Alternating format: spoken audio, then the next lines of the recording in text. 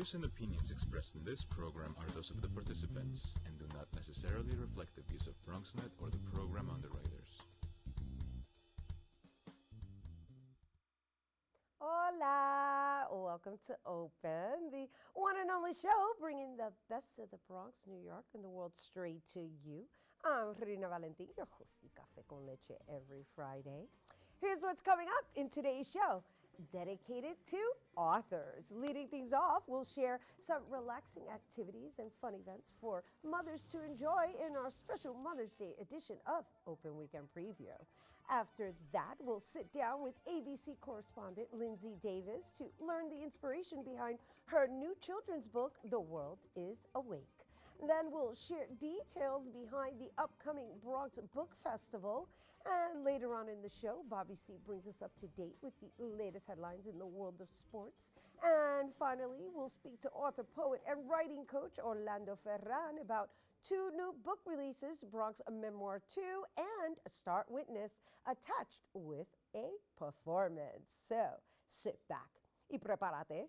All this and more is coming your way because now we are officially open.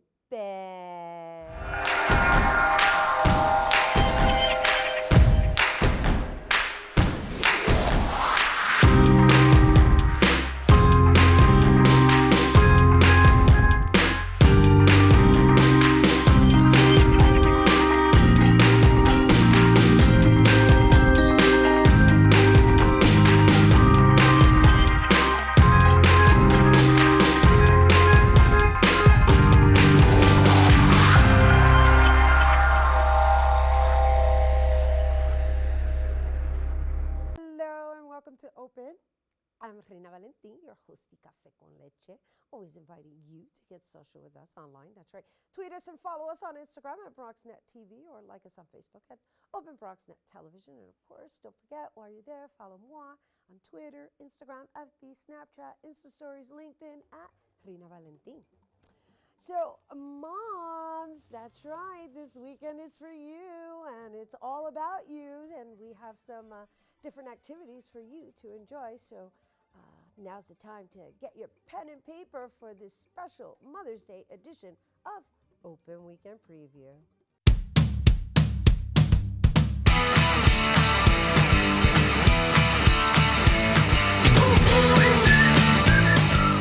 May 12th is the third annual Mother's Day Good Music Festival featuring R&B superstars Charlie Wilson, Kem, Boyz II Men, and Joe.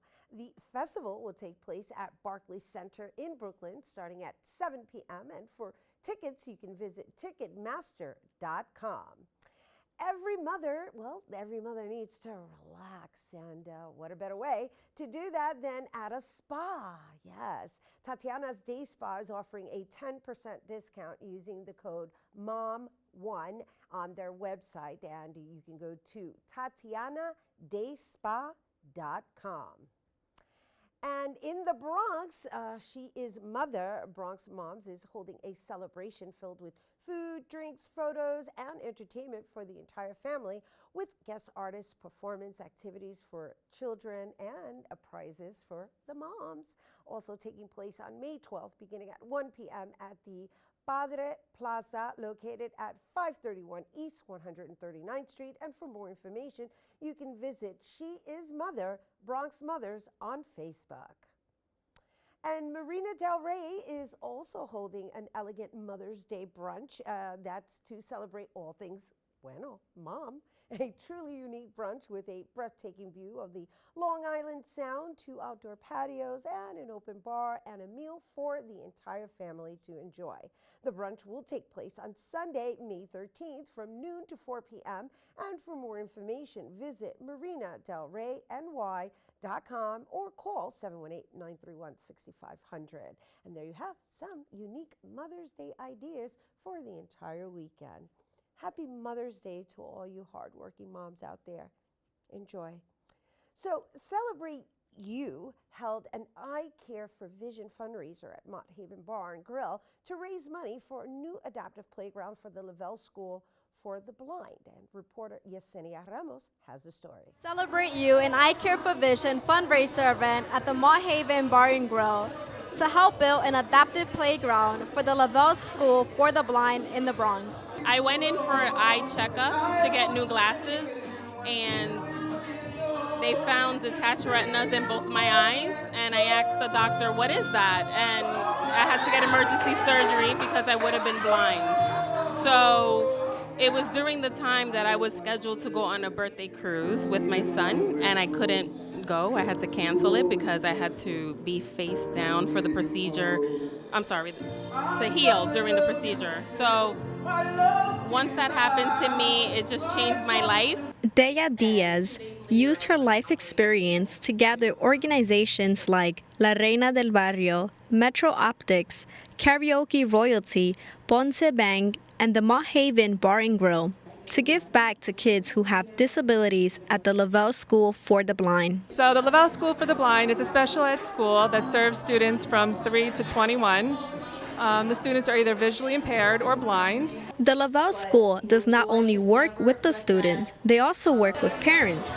Joy Williams, a parent advocate, received a certificate on behalf of Celebrate You for making an incomparable difference in the lives of many students. It's important to me as a parent that our children are included. Unfortunately, our city parks don't have many accommodations for wheelchair accessibility. If we can have that at the school where they can enjoy what other children enjoy outside of Lavelle, that would be awesome. Metro Optics gives us advice on eye health and how to stay protected during the summer. Preventive care is vital. So even if you don't need vision correction, getting your eyes examined annually it's a vital piece of your overall health care. So, you want to protect them from the sun. UV damage can be short-term and or long-term. So short-term, you can actually get a sunburn of your eyeball the same way you can get a sunburn on your skin. So you want to protect your eyes with 100% UVA, UVB blocking sunglasses. Polarized is also a great choice, but you got to wear them every time you go outside, not just in direct, bright sunlight, but also on cloudy days as well. I was so elated to see the turnout because, let's be real, it's a Sunday afternoon and we're asking people to give up their Sunday to come, but obviously it was a good enough cause for everyone to kind of pitch in and contribute, but to be here and be present and share in the moment. Reporting for BronxNet, this is Yesenia Ramos. Thank you, Yesenia. We do have to take a quick break, but when we return, we'll find out about a children's book celebrating everyday life. Let me show evil, though it might be all I take. Show me love, show me love, show me love. I got a crick in my neck, limp in my step, cramping in my muscles every time I try to flex.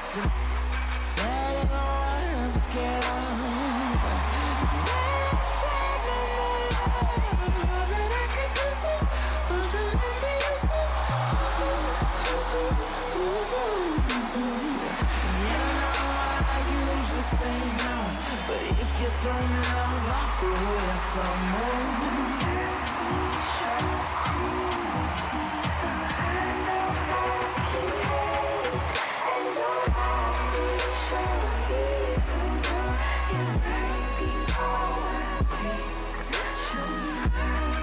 Hello and welcome back to Open, everyone. Don't forget to get social with us. That's right. Tweet us at BronxNet TV and tweet me too at Rhina Valentin. So, through all the chaos in the world, we sometimes need to be reminded of the blessings we have in life. Emmy Award-winning journalist and ABC correspondent Lindsay Davis has chosen to take off her reporting hat for a moment to encourage us all to take note of appreciating things through everyday life with her new children's book, The World is Awake, a celebration of everyday blessings. Please welcome author Lindsay Davis. Thank you so much for having me. I'm excited to be here. Thank you for being here. Thank you for having a moment in your life, right, in your hectic life, right? You're doing such amazing work, especially now incorporating the next generation. And so, between your reporting between your running half marathons, right? I got to know her a little bit off air. And now incorporating this book tour. Let's talk a little bit about how you're able to balance it all out. Well, it's tough, right? I mean, but I think, as you know, as a mom, you start to learn how to spin multiple plates at the same time. But one thing, you know, it was my son who inspired the book. When he was 2, he said, "Mommy, does God open up the flowers?" And I thought, wow, I love the idea that he's curious and that he's able to make that connection with nature, right? And so I figured that he was kind of ready at that age and a little bit older to kind of get a gentle introduction to who God is through nature, right? Just through the world and what he sees around him every day. And part of the balance, I think, is just getting a sense of being able to share what I do with my son. What I do during my, well, it's not just my day job, because it's also, you know, I do Nightline and World News, so it's day and night, but what I do most regularly as a news correspondent for ABC, it's not stuff that really is appropriate for him at 4 years old now. You know, even we were talking the other day about like the Me Too and sexual harassment and Starbucks and things that, you know, it's kind of like, I don't know if I really want to share this with him.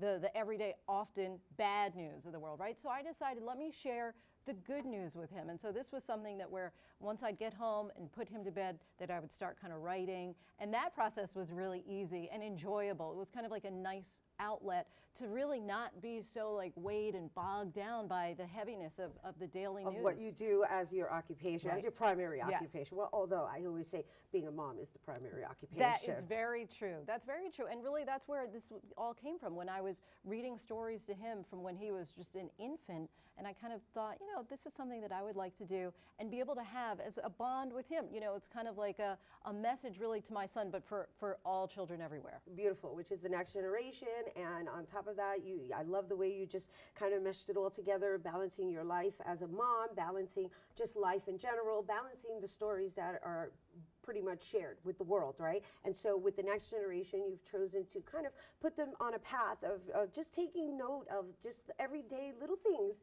that really matter. And this all comes from a 2-year-old who basically asked his mom, Mom, does God open up the flowers? Exactly. And you know what it is? I think that when we get as adults into the grind of just the everyday, we put blinders on, we stop seeing and appreciating the world around us. And when you have that little person in your life who's kind of tugging at your shirt or grabbing your hand, they're saying, "Hey, Mommy, look at the butterflies, look at the rainbow, look at the sunset," you know, and they're excited. They're seeing these things really for the first time.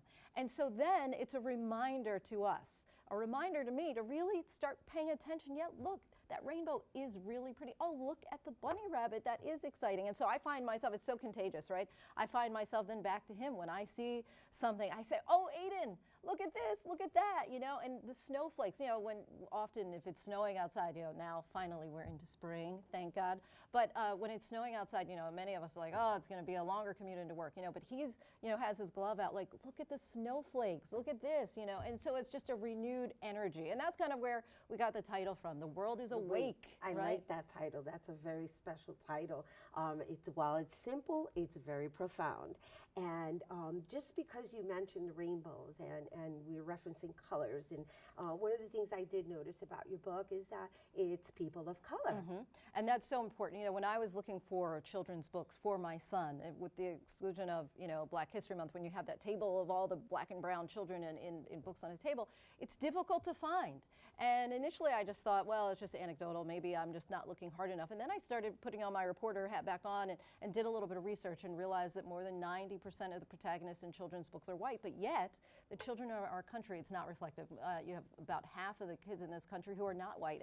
And so it's so important that they get self-affirmed when they're reading. You know, if kids don't see themselves in books, then they're going to stop looking to books to find themselves. And that is a problem. I read this essay that I thought was just fabulous, where the lady talked about windows, mirrors, and sliding glass doors. And the idea is that every children's book needs a mirror. Kids need to be able to see themselves reflected in the pages of the books. They need a window to expose them to worlds that are not familiar to them, right? So if you're a white child, you don't need to only see children's books with white characters. If you're black, you don't only need to see. So it's about having that diversity in a world that might not be so familiar to you. And when that window is able to be effective, it becomes a sliding glass door that you're able to transport a child into this new world. And really, especially in times that we're living in right now, right? Yeah. You need that exposure because the diversity and the inclusiveness, that helps to fight ignorance. Right, to fight ignorance and the evil forces that are trying to separate us. Yes, exactly. Right?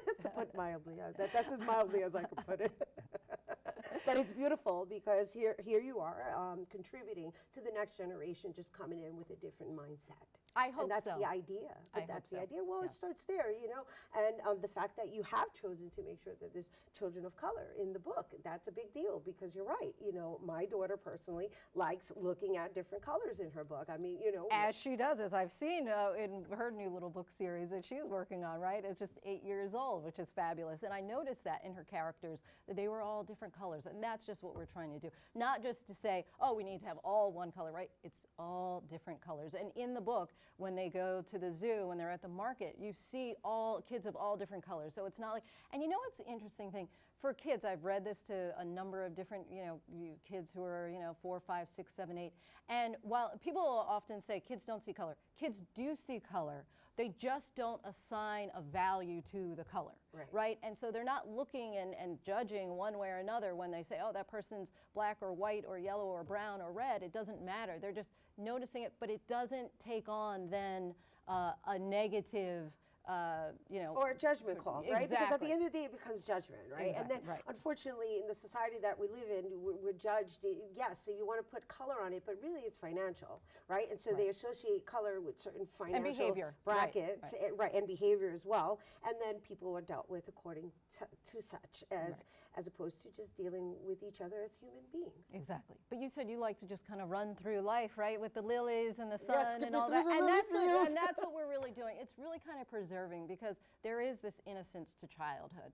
And that's what I was really kind of trying to just for myself, get back to that. Just Right. get back to the idea of, jumping in leaves and rolling around on the grassy hill and just enjoying the world around us. That's the blessing of being a mom. Yes, it is. And It really is. congratulations for putting it on paper. Thank you. All right, so let's talk, before we go, let's talk about your tour and where people can get the book. Yeah, so you can, wherever books are sold, Amazon, Barnes & Noble, if your independent bookstore doesn't have it, you can ask them to get it and they'll make sure that they have it. I'm going to be at 1 Corinthians Baptist Church this Sunday at 11 a.m. doing a book signing, but I'm all over. So my husband and I, as you said, we're running half marathons in each state, so we then go and promote the book along the way and find a bookstore.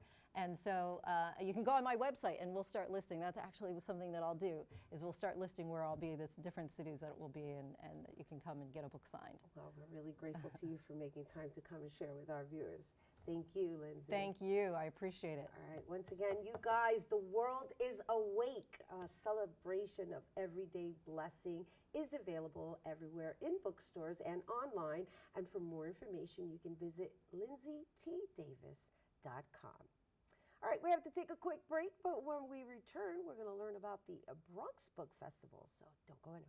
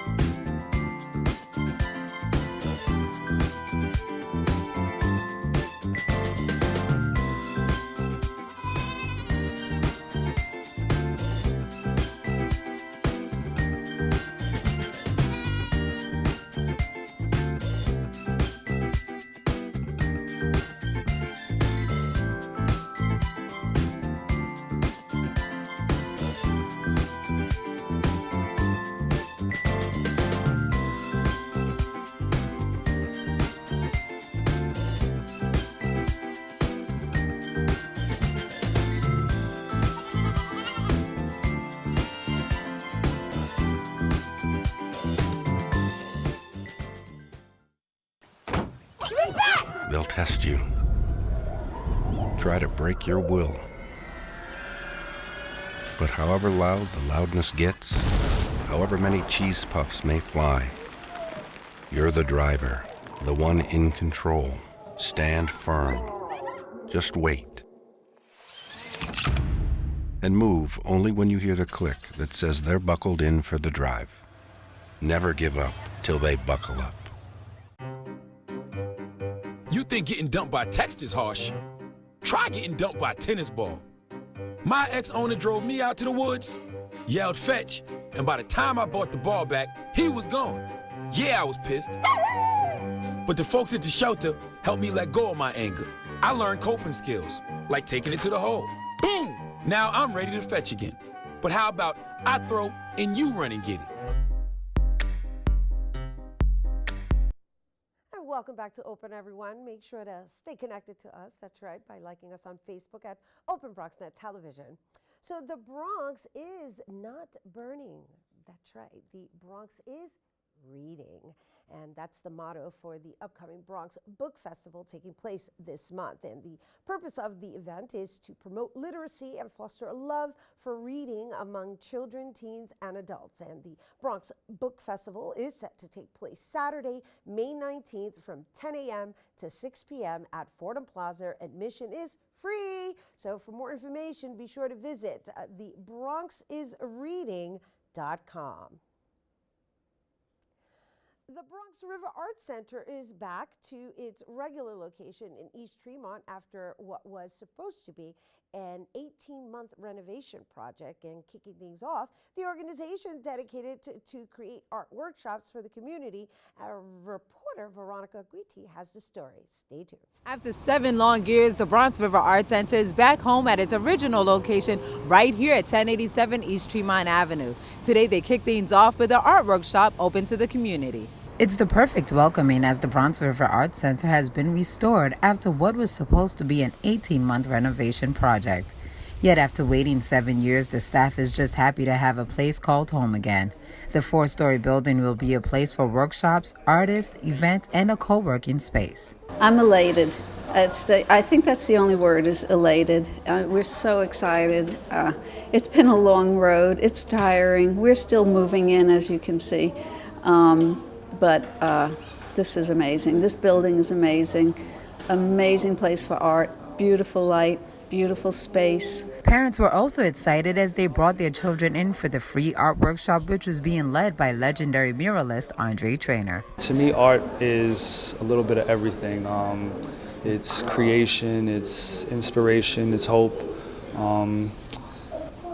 Today we're not going to be going all that deep into it. I think just probably making some pretty pictures and assessing everybody's level and figuring out where we're at, and just letting kids realize that they can be artists, they can express themselves through art, and they don't need any formal training, and they can start from any point and move forward. I thought it was important to bring Solomon here because I feel that art is one of the primary formats for our children to begin to journey what it is to be creative.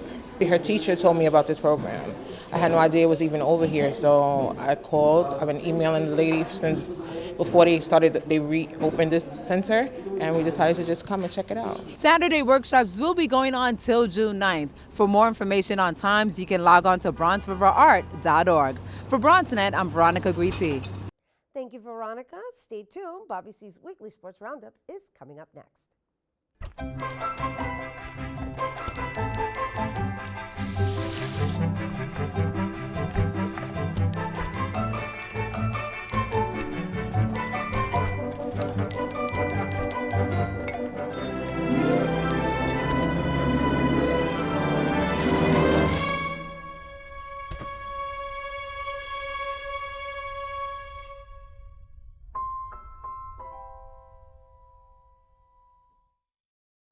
We are there, day one, with baby names and a gift that lasts a lifetime. We are there as you grow, protecting you and those you love. And we are there as you start your next chapter. We are with you through life's journey. We are Social Security, securing today and tomorrow. Get to know us at socialsecurity.gov. This video produced at U.S. taxpayer expense. Don't let me show evil, though it might be all I take. Show me love, show me love, show me love. I got a crick in my neck, limp in my step, cramping in my muscles every time I try to flex. Get on.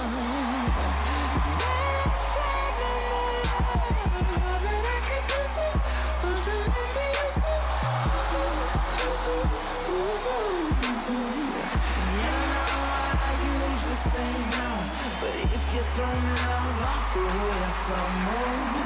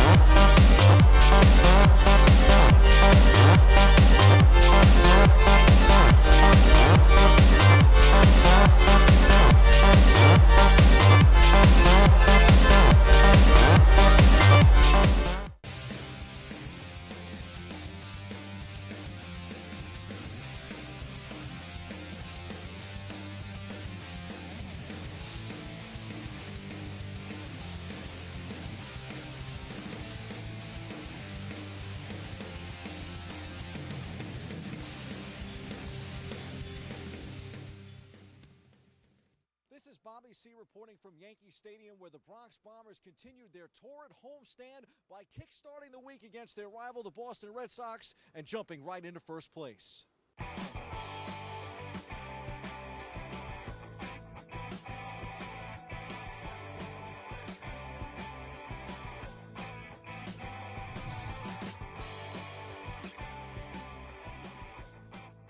The one missing link to the Yankee lineup so far this season is National League MVP Giancarlo Stanton, the newest Bronx Bomber. But tonight certainly wasn't the case. He had 2 home runs to back ace Luis Severino to start this game. It's great. You know, we're never going to stop fighting, and doesn't matter who's on the mound. You know, we're going to give them tough at-bats, 1 through 9, and you know, we're going to wear them down. I'm just glad I can help us get up and stay up. You know, they came back, timely hitting, of course, by Judgy and Walker, and you know, 1 through 9 is going to do it. Every time we bring against Boston, it's going to be like that. You know, we feel good to win. You know, and against that Boston, the division, you know, and you know, every time we're there, if we play against Boston, there is that 1% more for 100, you know, that you want to put over there. The red-hot Pinstripers have won 16 of 17 for the first time since 1953. Here's Aaron Judge on the Yankees' hot streak. We're just doing our job. That's the biggest thing, is everyone's doing their job. You know, the biggest thing I've noticed is especially the bottom of our lineup. You know, when those guys are on, those guys are getting on base. That's what allows, you know, Guardy, you know, Didi, Stanton to come up there with some guys on base and do some damage. You know, so it's, you know, what, you know, guys like Andujar and Glaber have done so far, and even Neil Walker tonight, you know, coming up with that big double to kind of get things going there. It's huge when guys like that get things going.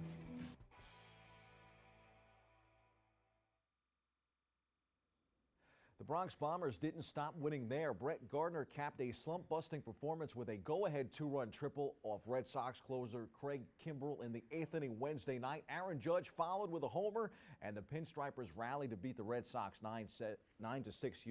Up until that point, the most impressive thing about the Yanks' streak, 17 of 18, was the teams the Bombers had beaten. The average winning percentage of their opponents is .564, or the equivalent of a 91-win team. The Yanks' 8-game winning streak came to an end on Thursday night. All good things have to end, of course, in the Bronx, as their rivals beat them 5-4. An 8th inning homer from J.D. Martinez gave Boston just the lift it needed after the Bombers stormed back a half inning before to tie the game at 4-4. The Yankees are now 17-2 in their past 19 games, and they've also won 6 straight series. They'll host Oakland for 3 games beginning tonight in the BX. While the Yankees have been sizzling, the Mets have been fizzling, and that includes an embarrassing moment for the Amazons. A potential first-inning rally ended prematurely for the New York Mets on Wednesday because they batted out of order. After a discrepancy in lineup cards, they went on to lose to the Reds 2-1 in 10 innings at Cincinnati. After Wilmer Flores struck out for the second out of the inning as Drupal Cabrera reached on a ground rule double that bounced into the left field stands, Reds interim manager Jim Riggleman immediately approached plate umpire Gabe Morales with his lineup card. After a brief exchange, Morales ruled Jay Bruce, the next batter in the Mets lineup, automatically out to end the inning. Bruce was officially ruled out as a 2 unassisted, and Cabrera was not credited with a double in the scorebook. Rough day for the Mets. On the bright side, the Mets did deal Matt Harvey. The former Dark Knight is getting another chance, this time with an historically bad team in a city that will have far fewer late-night temptations than the Big Apple. The Mets are getting a catcher who can help at their most unsettled position. The Reds acquired the former New York ace for catcher Devin Mesoraco on Tuesday, shortly before Cincinnati pulled away to a 7-2 victory over the Mets at Great American Ballpark. The Mets had the off day Thursday and return this weekend in Philadelphia.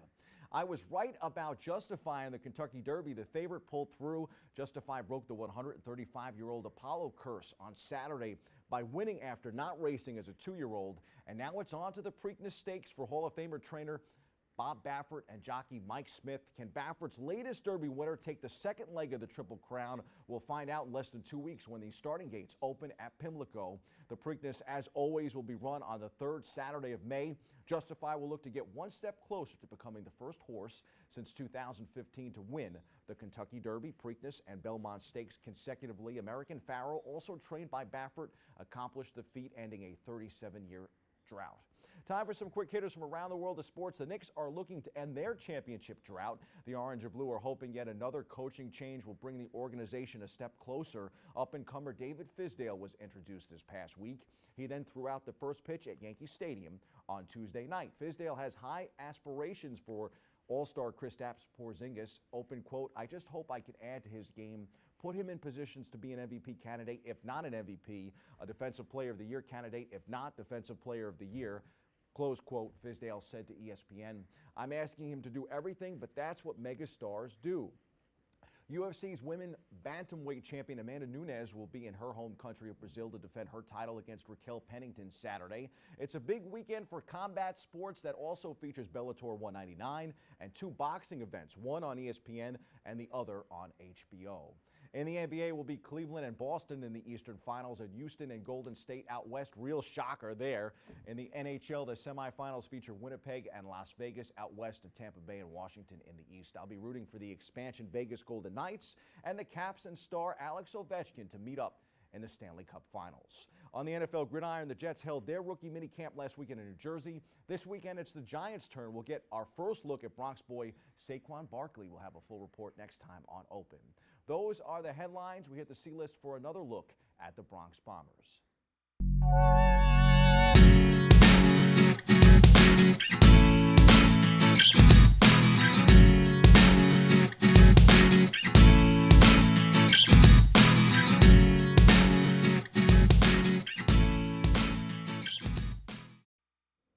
After taking 2 of 3 from the Boston Red Sox, the New York Yankees finished the most challenging stretch of their regular season schedule Thursday night with an .846 winning percentage. Wow! Since April 27th, when this test started in Anaheim, the Yankees have posted not only the best winning percentage in baseball, but the best run differential. And when it really counted, they hit .294 with runners in scoring position, first in the AL and second in the majors, according to ESPN. Historically, this is the best start of the season, a stretch for the Yanks, since 1998 and 2003. Of course, both seasons they went on to the World Series. They didn't win it in 2003, but they were awfully magical in 1998.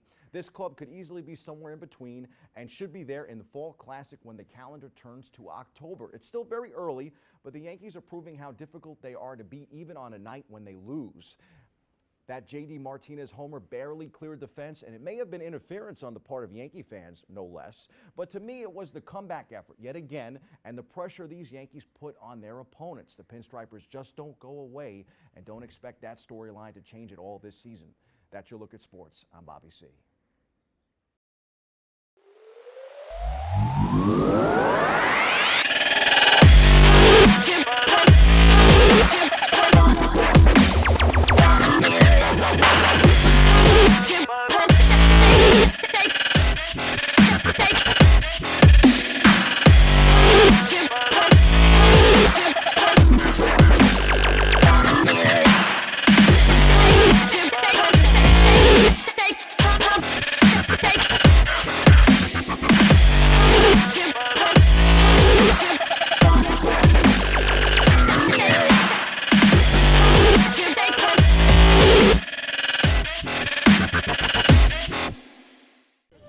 Leaving hot coals improperly extinguished can cause a wildfire. Hey guys, it's smoking! It looks as if Smokey is going to use the drown, stir, drown and feel technique. After the first drown, a good start.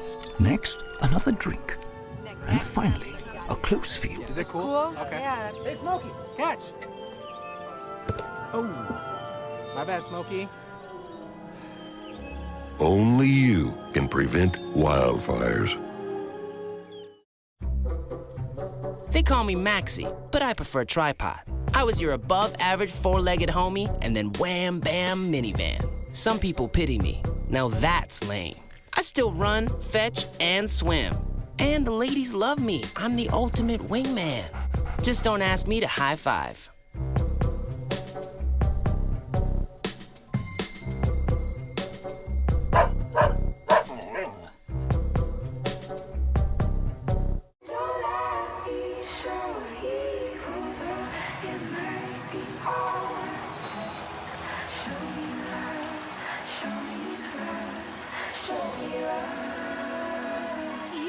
I got a crick in my neck, limp in my step, cramping in my muscles every time I try to flex. But I don't want to get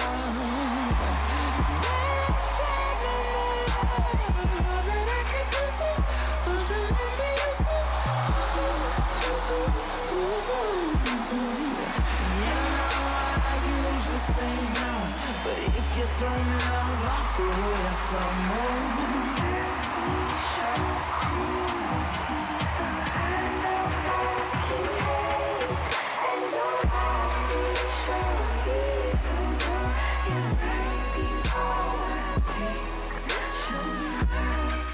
Welcome back to Open, everyone. You know, always asking you to stay connected with us. That's right. Like us on Facebook at Open BronxNet Television. So, Lehman Center for the Performing Arts, in association with Sal Abatello of Fever Records, held their 2018 Hip Hop Fever concert, celebrating hip hop and some of its legends. And reporter Tiffany Ashley has the story. Hip Hop Fever 2018 brought together decades of hip hop legends and artists, starting from the early 70s. Hip hop pioneers like Black Sheep, Kumo D, Curtis Blow, Nice and Smooth, Junior Mafia, and more hit the stage at the Lehman Center in the Boogie Down Bronx. We got Kumo D here, like that's where I used to listen to them on cassette tapes. You know what I'm saying? You got groups that made me want to do this, like, you know what I'm saying? It's just always a good feeling to see my mentors, you know what I'm saying? It definitely feels good to be a part of this and rock with them, like what I learned from them, take them, and now I'm here as well. It was excellent being here tonight amongst some of your friends and your peers and some you went to school with that you ain't seen in years in the audience. It was a good thing. It was nonviolence. Yeah, man. This is the true school hip hop.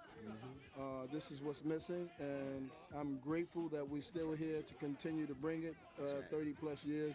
Years of dedication and love for hip-hop stood out at the celebration.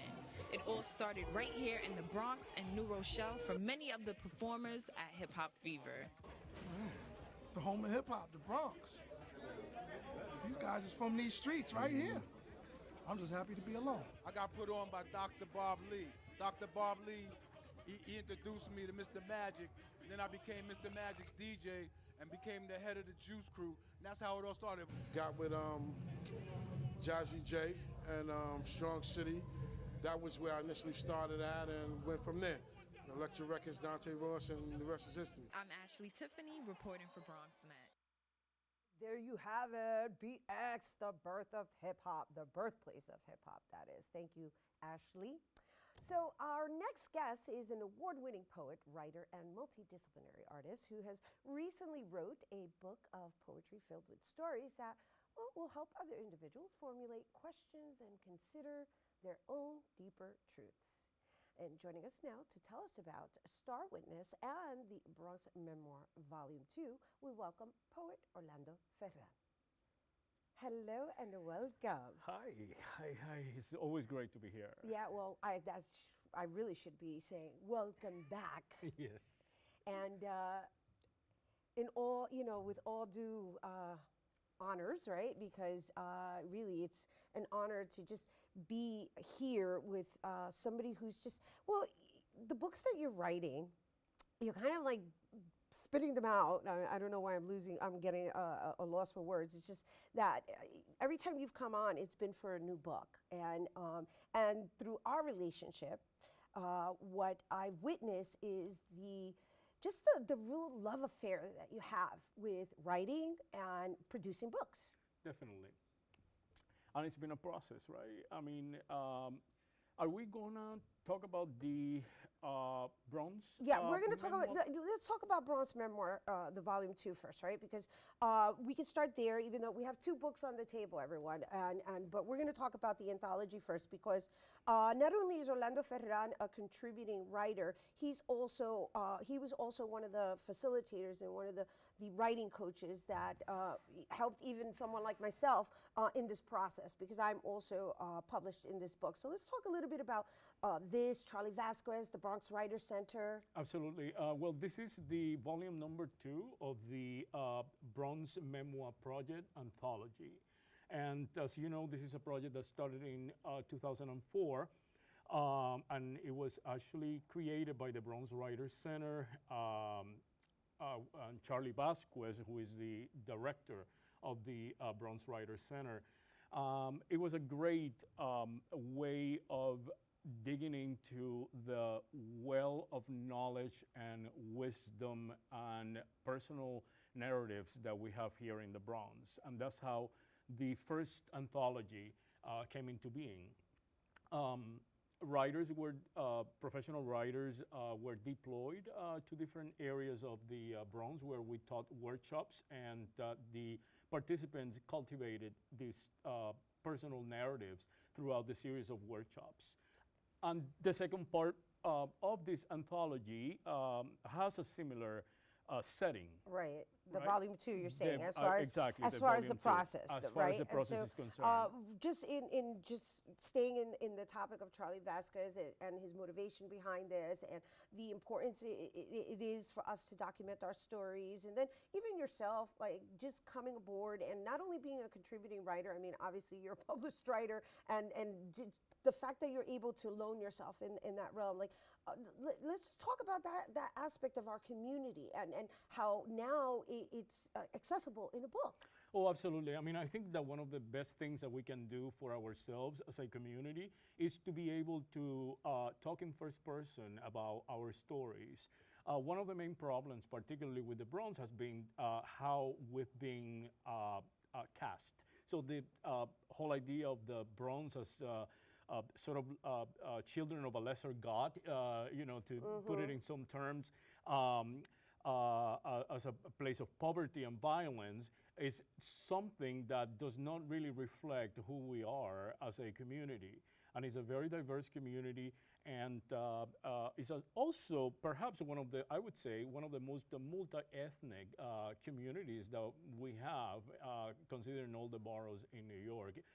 Basically, pretty much in the Bronx, we have a representation of everybody. Right. So this anthology captures those stories that are coming from Bronx residents. Some of them were born here in the Bronx. Some others came as immigrants, as far back as the 1950s, and are here telling their stories. I have writers, pretty much from all walks of life, but also from different generations. It's really a cross-generational anthology. Cross-generational and intergenerational. And intergenerational, of course. And I, on air, I want to personally thank you for the process with me, because, I mean, you were my acting editor as well as my instructor, and I'm actually one of the contributing writers to Bronx Memoir Project Volume 2, and it's been my absolute honor to be documented amongst all these other, some are established writers and some are novice, but the idea is that they're authentic stories. Well, that's the thing. And one of the things that we also need to look at, we have a lot of workshops going on in a lot of places, but then what happens with that? What happens with the material that is generated in those workshops? So this is a way also of bringing that material into the next level. And the sessions were also structured that way. I mean, we had instructors that have different styles. They also come from different backgrounds. But the aim of the entire process was to get the participants of our workshop to really get their stories down and then polish those stories through attending those workshops. Right, and try to meet deadlines really always cuts it. It's amazing how once you have a date that you have to aim towards, now all of a sudden everything kind of like falls into place and you're forced to just make decisions, let's say. Well, we treat it like a professional scenario because when you're working in the world as a professional writer, whether you are fully depending on that as a main source of income or is something else that you do but you do it professionally, you are going to have to deal with deadlines. And also there comes a point in the process where you're no longer really writing to heal, but now you are writing artistically. And you need to have knowledge of the craft. And I think that that is really one of the main strengths of the Bronx Writer Center, that is aware of that. Everybody wants to be a writer or it sounds really good, but it is an athletic process as well that requires discipline and focus. I like and that knowledge term. of the craft. I like the term athletic. It's I like athletic, that. definitely. I love it that. is. I love that. Yeah, because there's a certain discipline and stamina that you We're need to. not born writers. Writers are made. I mean, we might be born with writing abilities. Some writing abilities and some talents in some way that, of course, need to be then cultivated. But writers are made in the sense that it is a process that requires discipline and continuity of purpose. When you're a fine example of that, right? Because not only are you in Bronx Memoir, you have your own book that we're going to talk about right now, and you're also going to give us a taste of one of your pieces. Let's talk about Star Witness. And congratulations on, what is this, your fourth book? This is my fourth book. Star Witness is interesting because I came here when my first book was launched, and I think that is what, well, we have met before and we have worked together in the theater, but that also brought us together as well and allowed me to get to know more about you as well, right? So it's not coincidence that I am here to continue to unfold as well my story as a writer and where I am today as a multidisciplinary artist. I also designed the entire book as a concept as well, the large format, which is not really something that you find as a regular thing, having a book that large. Is 8.5 by 11. It's very appealing too. Well, there is a whole purpose on this, and what happens is that I am very interested. First of all, the book is making a comeback. I'm talking about the book in print, Right. Kindle, the electronic media, that is not really happening as much anymore. It is, of course, important, but it's not really happening as much. What is really going on right now is that we are reconnecting again with the tactile creature in us, and we are tactile creatures by nature. We need to touch, we need to caress, we need to hold. And that is what the book as an object of desire, also besides being an artistic object, gives us. So I had those things. And not only that, it saves your eyes, because what people don't realize is that the rays that are coming out from the electronic devices are really doing damage to your eyes. Absolutely. So, I had all these things after I have written the book and went through a process of editing that took a year and then another year to sort of reconsider some of the poems and go back. I worked in the second phase of the project, the editing part, with my long-time mentor and editor from Columbia University, Robert Cohen, and we've been, and now I am editing Robert Cohen's work too. Nice. Which is really a process. It's very interesting how this works, and now the mentee is also becoming a mentor of the former mentor.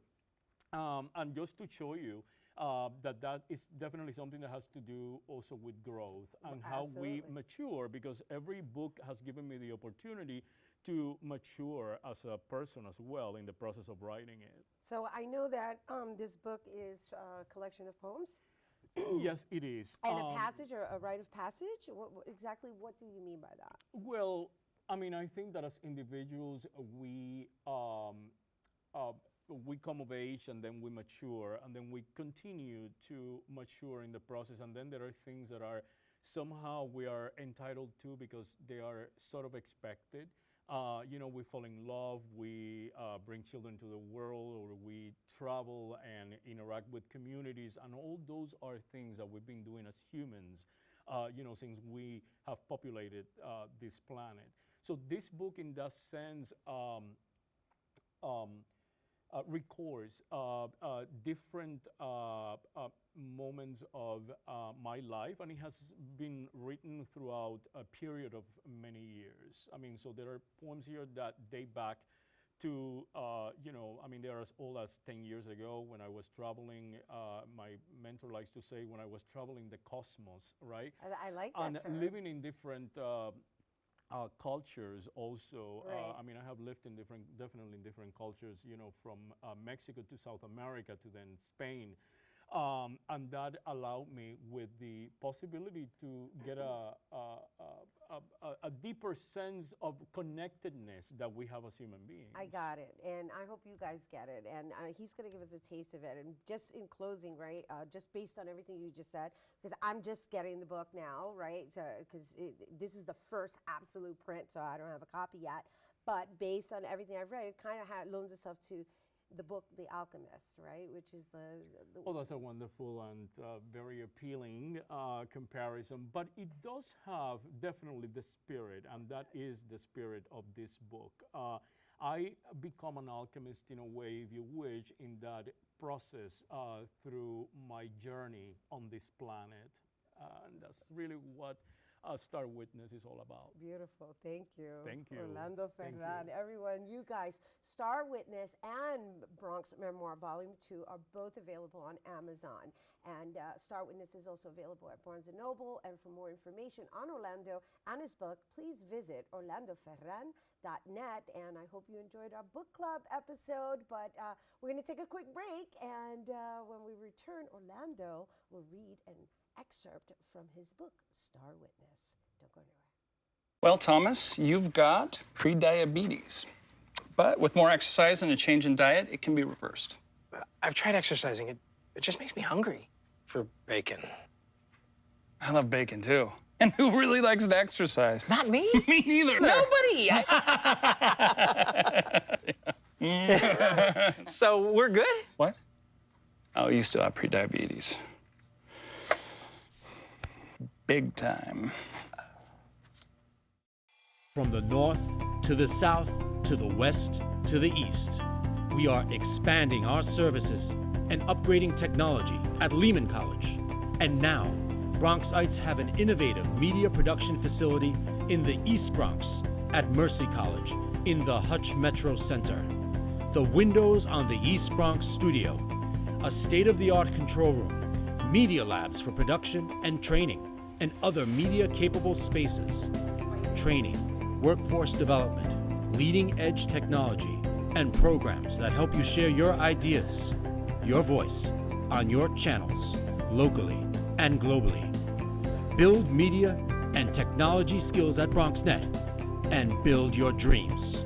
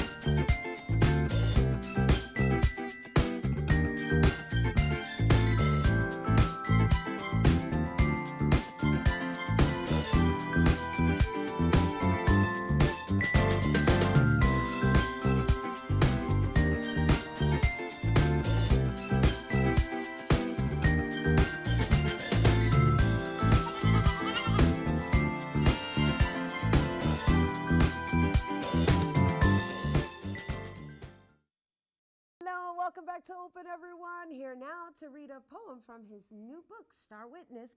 Put your hands together for Orlando Ferran. Thank you.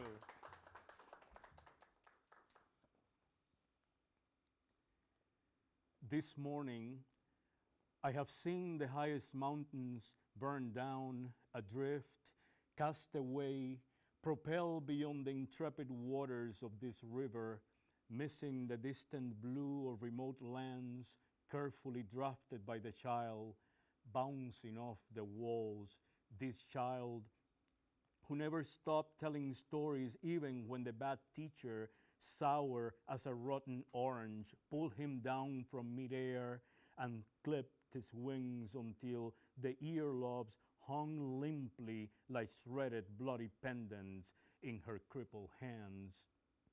This morning, while seeking atonement, I have seen how the many faces inked in the Holy Scriptures to disguise my Father made it impossible to leave it all in the hands of remembrance and forgiveness.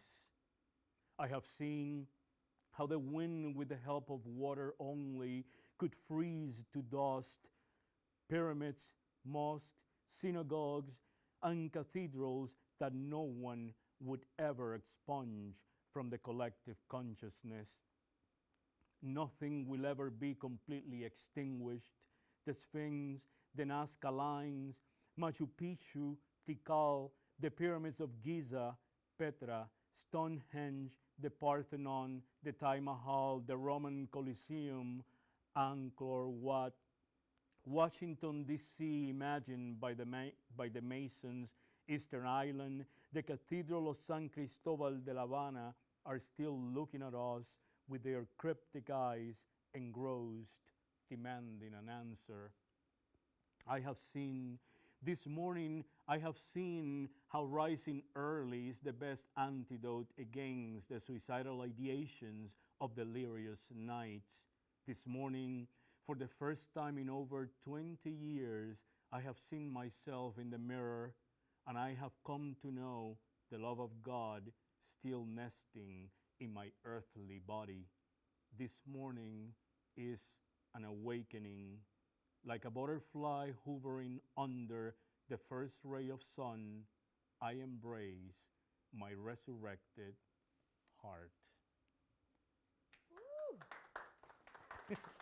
Beautiful. Thank Beautiful. you. What an Thank you. approach. Oh my Thank you. goodness. How apropos. All right. Today's message is, are you awake? Are you awake? I'm awake. Are you awake? I am awake. And we hope you guys are awake.